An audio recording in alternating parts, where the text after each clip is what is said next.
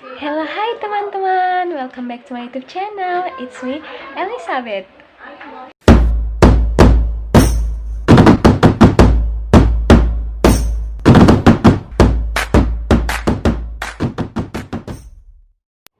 On this video, aku akan membahas tentang implementasi nilai-nilai Pancasila dalam lingkungan keluarga dan lingkungan masyarakat. Ada satu pepatah yang mengatakan, tak kenal maka tak sayang. Maka dari itu, sebelum kita masuk ke pembahasan implementasi nilai-nilai Pancasila dalam lingkungan berkeluarga dan lingkungan bermasyarakat, let me to introduce myself. Perkenalkan, nama aku Elizabeth Aurelia Jaftoran dengan NIM 202078018 dari jurusan Kimia, Fakultas Matematika dan Ilmu Pengetahuan Alam, Universitas Patimura, tahun angkatan 2020.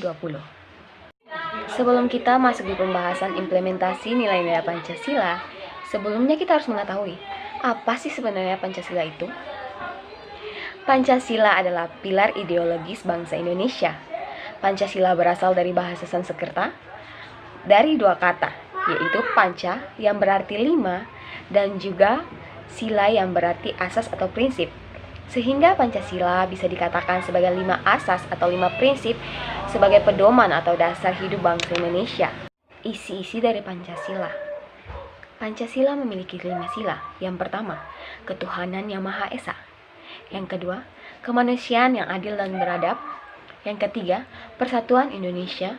Dan yang keempat, kerakyatan yang dipimpin oleh hikmat kebijaksanaan dalam permusyawaratan perwakilan. Dan yang kelima adalah keadilan sosial bagi seluruh bangsa Indonesia. Oke guys, jadi itu merupakan suatu pengertian Pancasila atau definisi sederhana tentang Pancasila. Sekarang kita akan lanjut ke implementasi nilai-nilai Pancasila dalam lingkungan berkeluarga dan lingkungan bermasyarakat. Check it out! Yang pertama, sila ketuhanan yang Maha Esa. Sila pertama Pancasila memiliki lambang perisai hitam dengan bintang emas di tengahnya. Bintang emas diartikan sebagai cahaya yang menyinari dasar negara atau Pancasila. Cahaya pula diartikan seperti Tuhan yang merupakan cahaya bagi setiap manusia. Selain itu juga, cahaya berperan sebagai penerang tujuan negara kita. Di antaranya, yang pertama, melindungi segenap bangsa dan seluruh tumpah darah Indonesia. Yang kedua, memajukan kesejahteraan umum. Yang ketiga, mencerdaskan kehidupan bangsa. Dan yang keempat, ikut melaksanakan ketertiban dunia yang berdasar perdamaian abadi dan keadilan sosial. Sekarang kita akan lihat pengamalan sila pertama, yaitu sila ketuhanan yang Maha Esa. Di lingkungan keluarga dapat kita lihat seperti yang ada di sini. Lingkungan keluarga merupakan pengamalan sila-sila yang sangat penting dan yang sangat utama dalam kehidupan sehari-hari. Di sini untuk pengamalan sila pertama di lingkungan keluarga adalah keluarga dapat berdoa bersama untuk memuji Tuhan dan mengagungkan Tuhan. Selanjutnya di lingkungan bermasyarakat, di sini kita dapat mengikuti ibadah pada hari-hari yang ditentukan, seperti pada umat Kristiani hari Minggu dan juga pada umat Islam hari Jumat. Selain itu, kita juga dapat mengikuti kegiatan-kegiatan rohani. Di sini saya mengambil contoh pada agama Katolik, kegiatan Pesparani, yaitu kegiatan menyanyi untuk lingkungan Katolik. Oke, next, sila kedua, kemanusiaan yang adil dan beradab. Sila ini dilambangkan pada perisai burung Garuda dengan rantai yang memiliki dua motif, yaitu kotak untuk pria dan bulat untuk wanita.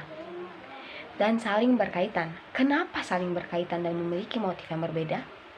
Yang bermakna bahwa apapun dia, siapapun dia, baik laki-laki maupun perempuan, baik tua maupun muda, saling berkaitan dan saling membutuhkan satu sama lain dalam kehidupannya. Sehingga pada sila kedua ini kita diminta untuk saling menghargai dan saling bertoleransi satu sama lain. Untuk pengamalan sila kedua ini dapat kita lihat di lingkungan keluarga, bahwa kita saling bertoleransi dan saling menghargai serta saling mengajarkan yang baik. Salah satu contohnya kita mengajarkan kepada adik-adik yang masih kecil bahwa kita mengajarkan bahwa budaya yang memang turun-temurun dari dulu hingga sekarang memang harus dilestarikan. Selain itu dapat kita lihat juga pada lingkungan bermasyarakat. Yang pertama, kita berteman dengan siapa saja tanpa memandang kasta, agama, suku, ras, golongan. Dan selanjutnya kita membantu sesama dengan memberikan sembako-sembako kepada orang yang membutuhkan. Sila ketiga, Persatuan Indonesia. Pada sila ketiga ini, di perisai burung Garuda, sila ketiga dilambangkan dengan lambang pohon beringin. Kenapa seperti itu? Karena lambang pohon beringin digunakan karena pohonnya yang besar dan banyak digunakan orang sebagai tempat berteduh di bawahnya. Selain itu, sebagai negara kesatuan Republik Indonesia, semua rakyat yang ada dalam NKRI ini dapat berteduh di bawah naungan negara Indonesia. Selain itu juga, pohon beringin yang memiliki sulur dan akar yang menjalar ke segala arah bermakna dengan suku bangsa Indonesia yang menyatu di bawah nama Indonesia. Jadi secara tidak langsung, walaupun Indonesia beragam dari Sabang sampai Merauke dan Indonesia memiliki banyak sekali ciri khas, tetapi Indonesia tetap satu dan Indonesia tetap di bawah naungan negara Indonesia sendiri. Sebagai contoh pada pengamalan sila ketiga yaitu Persatuan Indonesia, di lingkungan keluarga saya mengambil contoh pada keluarga saya. Di keluarga saya ada 3 agama, yaitu Katolik, Protestan, dan Islam. Tetapi 3 agama atau 3 perbedaan tersebut bukan menjadi halangan untuk keluarga saya bersatu. Selanjutnya di lingkungan masyarakat, saya mengambil contoh dari Sabang sampai Merauke. Di kampung Inggris Pare, kita tetap menjadi satu. Jadi apapun agamamu, berapapun umurmu, dan dari mana asalmu, bukan menjadi penghalang untuk kita bersatu dan belajar bersama. Selanjutnya, sila keempat, kerakyatan yang dipimpin oleh hikmat kebijaksanaan dalam permusyawaratan perwakilan. Sila keempat, pada dada burung Garuda dilambangkan dengan kepala banteng. Mengapa kepala banteng? Sebagai sila keempat, kepala banteng tertentu memiliki makna tersendiri. Kepala banteng memiliki filosofi sebagai hewan yang suka berkumpul. Jadi kepala banteng dimaknai dengan musyawarah. Musyawarah dalam Pancasila adalah orang-orang yang berdiskusi dan berembuk untuk melahirkan suatu keputusan atau mufakat. Pada pengamalan sila keempat, yaitu kerakyatan yang dipimpin oleh hikmat kebijaksanaan dalam permusyawaratan perwakilan, di lingkungan keluarga, keluarga dapat duduk, berembuk, saling bertukar pikiran, bahwa apa yang akan dilakukan oleh keluarga ke depannya merupakan suatu persetujuan dari setiap anggota keluarga. Selanjutnya, untuk lingkungan masyarakat, kita dapat berembuk dalam organisasi-organisasi untuk melahirkan suatu keputusan yang mufakat. Selanjutnya, sila kelima, yaitu keadilan sosial bagi seluruh bangsa Indonesia. Pada sila kelima ini, di dada burung Garuda dilambangkan dengan padi dan kapas. Mengapa demikian? Padi dan kapas mewakili sila kelima karena melambangkan kebutuhan dasar setiap manusia, yaitu pangan dan sandang. Artinya, diharapkan adanya keadilan sosial yang merata bagi seluruh bangsa Indonesia tanpa membeda-bedakan yang satu dengan yang lainnya. Pada pengamalan sila kelima ini, dapat kita lihat di lingkungan keluarga bahwa keluarga dapat duduk dan makan bersama, serta membagi adil apa yang harusnya memang didapatkan oleh tiap-tiap anggota keluarga. Selanjutnya, pada lingkungan bermasyarakat kita dapat lihat sebagai contoh bahwa kita sebagai bangsa Indonesia, kita harus bersatu, kita harus berbagi kepada yang membutuhkan. Jadi apabila kita memiliki seperti contoh kita memiliki ilmu yang lebih, kita harus berbagi kepada orang lain agar kita sama-sama dapat berkembang. Itu merupakan salah satu perlakuan yang adil bagi yang lainnya. Tahu nggak sih ada berapa nilai Pancasila yang mengalami pergeseran? Apa saja ya? Check it out. Yang pertama, pada sila pertama ada mengalami pergeseran yang paling signifikan. Karena di era teknologi sekarang ini, maka teknologi berkembang sangat pesat. Oleh karena itu, kadang banyak sekali masyarakat yang melupakan budaya atau tradisinya untuk berdoa dan memilih teknologi. Yang kedua, untuk sila kemanusiaan yang adil dan beradab, kita dapat melihat kasus bullying di sekolah yang banyak sekali terjadi sehingga mengganggu mental anak. Yang ketiga, persatuan Indonesia.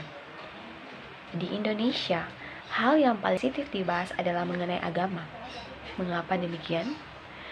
Karena di Indonesia kita merupakan negara yang beragam budaya, suku, agama, ras, dan golongan, sehingga apabila terjadi salah satu penistaan agama, maka Indonesia bisa menjadi pecah. Yang keempat, kerakyatan yang dipimpin oleh hikmat kebijaksanaan dalam pemusyawaratan perwakilan. Pergeserannya apa aja sih? Dalam suatu musyawarah, kita memerlukan pendapat, masukan, saran dari orang lain untuk mencapai sebuah mufakat. Kita perlu berembuk bersama-sama, kita perlu berbincang untuk mencapai sebuah mufakat. Tetapi pergeserannya ada loh. Pergeserannya yaitu banyak orang yang tidak mau mendengarkan masukan atau tanggapan, saran dari orang lain. Seperti contohnya ada seorang atasan yang menganggap bahwa dirinya lebih tinggi derajat dan martabatnya daripada bawahan. Maka dia tidak mau mendengarkan apa yang diberikan atau apa yang disarankan oleh bawahannya. Dan yang terakhir, pergeseran sila kelima. Dapat kita lihat di sini hukum di Indonesia merupakan salah satu hukum yang tidak memiliki keterseimbangan. Kenapa demikian? Karena jika kau bukan pengusaha, maka kau tidak akan berkuasa. Maka dari itu uang mengalahkan segalanya dan uang juga bisa mengalahkan keadilan. Dapat kita lihat juga pada contohnya, para koruptor berdasi, mereka tidak mendapat hukuman yang setimpal, tetapi para pencuri dapat hukuman yang lebih daripada para koruptor tersebut. Masalah yang kita hadapi adalah pergeseran nilai-nilai Pancasila. Bagaimana sih cara menanggulanginya? Kayak kita lihat. You have to know. Kenapa saya berkata demikian? Kalian harus tahu, segala pergeseran yang terjadi pada nilai Pancasila dapat kita atasi loh. Bagaimana sih caranya? Kita dapat mengatasi segala pergeseran pada nilai Pancasila. Yang pertama, kita harus menanamkan rasa cinta dan rasa bela negara dalam diri kita masing-masing. Dari semua itu, kesadaran diri merupakan salah satu hal yang paling penting untuk mengatasi segala pergeseran yang ada pada nilai-nilai Pancasila. Maka dari itu, ayo teman-teman, kita semua sadar diri, kita harus cinta akan negara kita, dan kita harus mengamalkan nilai-nilai Pancasila lebih baik lagi. Semangat! Thanks for watching. Don't forget to like, comment, and subscribe. If you have any question, you can email me seperti yang tertera ini. Terima kasih.